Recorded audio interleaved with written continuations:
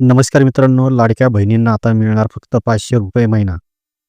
जसे की मित्रांनो, मुख्यमंत्री लाडकी बहीण योजनेच्या पात्र लाडक्या बहिणींना प्रत्येक महिन्याला ₹1,500 राज्य शासनाकडून दिले जातात.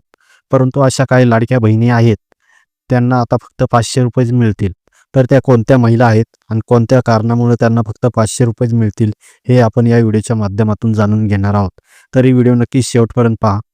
यामध्ये सर्वात महत्त्वाचा मुद्दा जो आहे तो म्हणजे राज्य शासनाने सांगितलं होते, लाडकी बहीण योजनेतील लाभार्थी महिलांना राज्य शासन किंवा केंद्र शासन यांच्या इतर योजनेचा जर लाभ मिळत असेल, तर महिलांना लाडकी बहीण योजनेचा ₹1,500 लाभ दिला जाणार नाही किंवा राज्य किंवा केंद्र शासनाच्या इतर योजनेचा लाभ हा प्रत्येक महिन्याला ₹1,500 पेक्षा कमी असेल, तर ती कमीची रक्कम म्हणजे उरलेली रक्कम तेवढीच दिली जाईल. म्हणजेच एखाद्या महिलेला इतर योजनेचे महिन्याला ₹1,000 मिळत असतील, तर त्या महिलेला लाडकी बहीण योजनेचे फक्त ₹500 महिन्याला दिले जातील.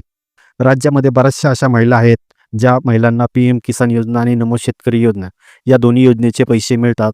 आता या दोन्ही योजनेचे पैसे किती मिळतात? जसे की पीएम किसान योजनेचे ₹6,000 आणि नमो शेतकरी योजनेचे ₹6,000.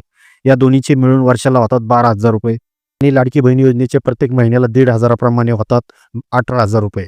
या ₹18,000 मधून ₹12,000 वजा केल्यास राहतात ₹6,000 वार्षिक. म्हणजे महिन्याला होतात ₹500 आणि हे ₹500 पात्र लाडक्या बहिणींना प्रत्येक महिन्याला दिले जातील. तर अशा प्रकारे मित्रांनो, ज्या ज्या महिलांना पीएम किसान व नमो शेतकरी योजनेचे पैसे मिळतात, त्या महिलांना आता इथून पुढे लाडकी बहीण योजनेचे फक्त महिन्याला ₹500 दिले जातील, असे राज्य शासनाच्या माध्यमातून स्पष्ट करण्यात आले आहे. धन्यवाद.